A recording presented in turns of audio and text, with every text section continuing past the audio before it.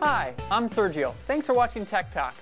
Today we have a fun topic and we're going to be talking about TVs, specifically what you should be doing when you're looking to buy a new TV. We've all heard some of the buzzwords like HD TV, LCD, LED, 720, 1080. What does that all mean, and should you worry about it, or is it as simple as going to the TV store and finding the one you like, pointing at it and saying, I'll take that one, and leaving? Well, unfortunately, it's a little bit more work than that. I'm going to try to make it a little easier for you. Remember, there's lots of great information out there online, and it never hurts to ask friends what they think or ask the experts at the stores, but we're going to give you a little introduction. First thing I'm going to talk about is some of those buzzwords I mentioned earlier. HD TV stands for High Def Television. To differentiate that from standard def television, what that means really is how many pixels are on the screen.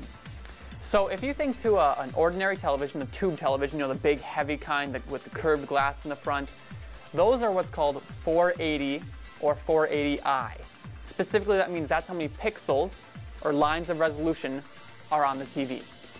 Now compare that to an HD or high def television, which has 720 or 1080 lines of resolution.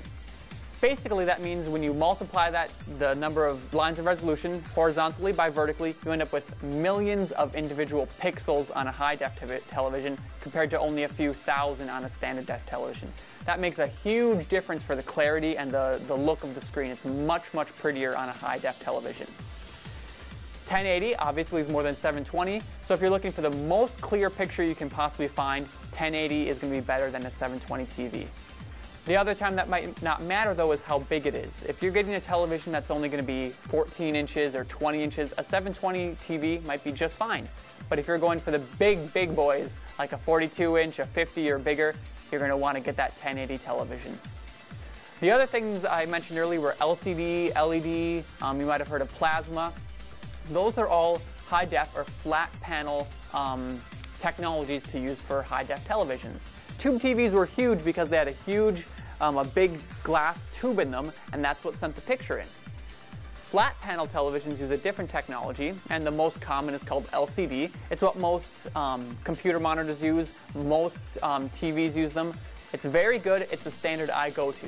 If you have a little extra money though and you're willing to go a little nicer, LED is the new technology. It's actually a type of LCD. It tends to be a little bit brighter and faster and nicer looking. Lastly is plasma. Plasma is also very bright and very good.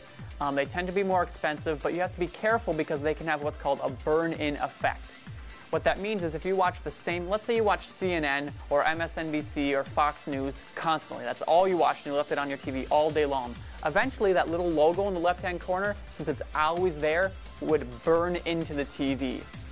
That's a problem that plasma has. It's nothing you have to worry about if you change the channels a lot or you don't use your TV constantly.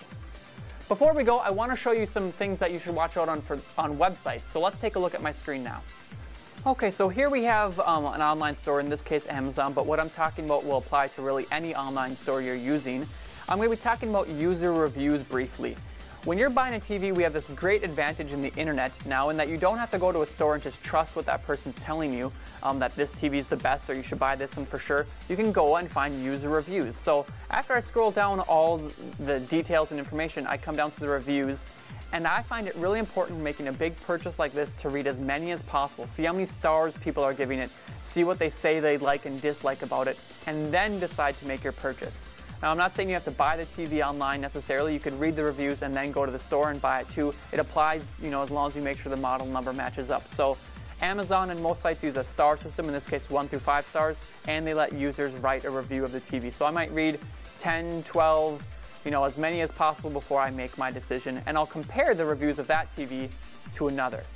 Well, that's all the information about HD TVs we have. Watch future episodes because we will be talking about things like smart TVs and other technologies that TVs have today. But thanks again for watching. If you have more questions though, find us on our Facebook page, facebook.com/arvighq, or you can visit us at any of our Arvig locations, or give us a call at 888-99-ARVIG.